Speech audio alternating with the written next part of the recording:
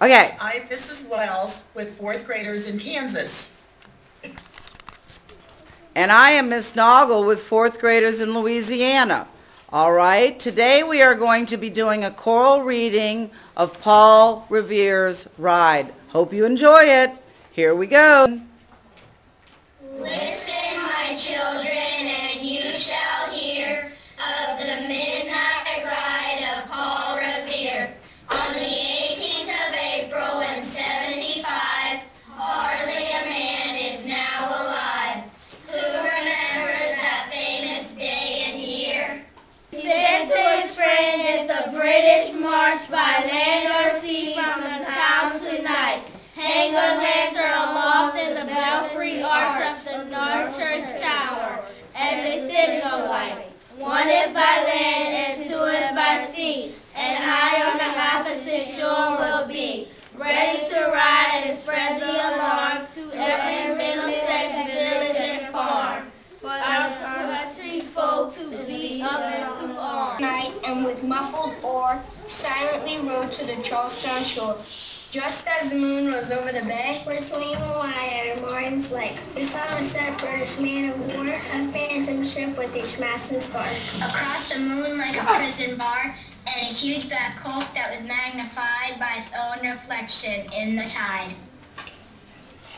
Meanwhile, his friend through alley and street wanders and watches with eager ears, till in the silence around he hears the muster of men at the barrack door, the sound of arms and the tramp of feet, and the measured tread of the grenadiers marching down to their boats.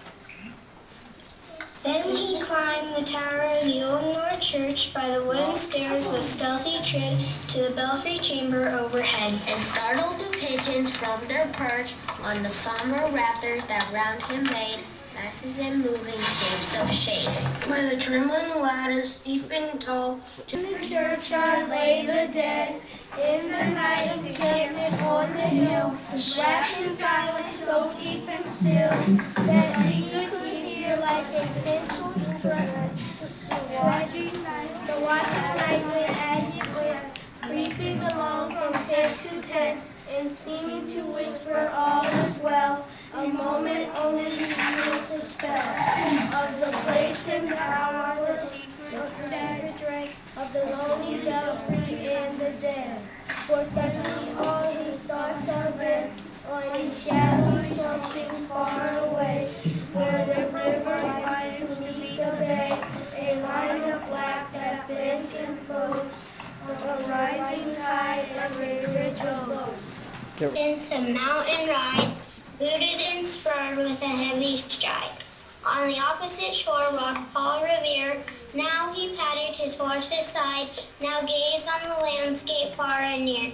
Then, impetuous, stamped the earth, and turned and tightened his saddle girth. But mostly he watched with eager search the belfry tower of the old North Church as it rose above the graves of the hill, lonely and spectral and somber and still. And lo, as he looks on the belfry's height, a glimmer and then a gleam of light. He springs to the saddle, the bridle he turns, but lingers and gazes still full on his sight. A second lamp in the belfry burns. Hurry of hooves in the village street, a shape in the moonlight, a bulk in the dark, and beneath from the pebbles in a passing a spark, struck out by steeds flying fearless and fleet. That was all, and yet through the gloom and light, The fate of a nation was riding that night, and the spark struck out by the steed in his flight, kindled the land into flame with its heat.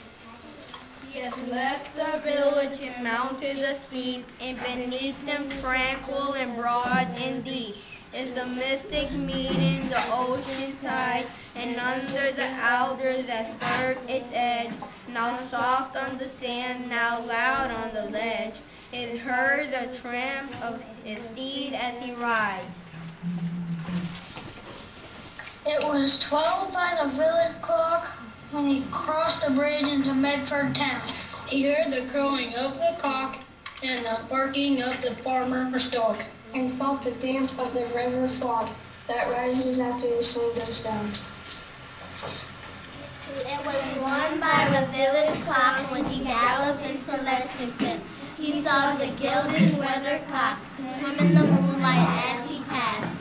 In the meeting house windows blank and bare, gazed at him with a spectral stare, as if they already stood aghast at the bloody work they would look upon. Twitter of birds among the trees, and felt the breath of the morning breeze blowing over the meadows brown, and one was safe and asleep in his bed, who at the bridge would be first to fall, who that day would be lying dead, pierced by a British musket ball. You know the rest and the books you have read, how the British regulars fired and fled, how the farmers gave them ball for ball, from behind each fence and farmer wall, chasing the redcoats down the lane, then crossing the fields to emerge again, under the trees at the turn of the road, and only pausing to fire and load.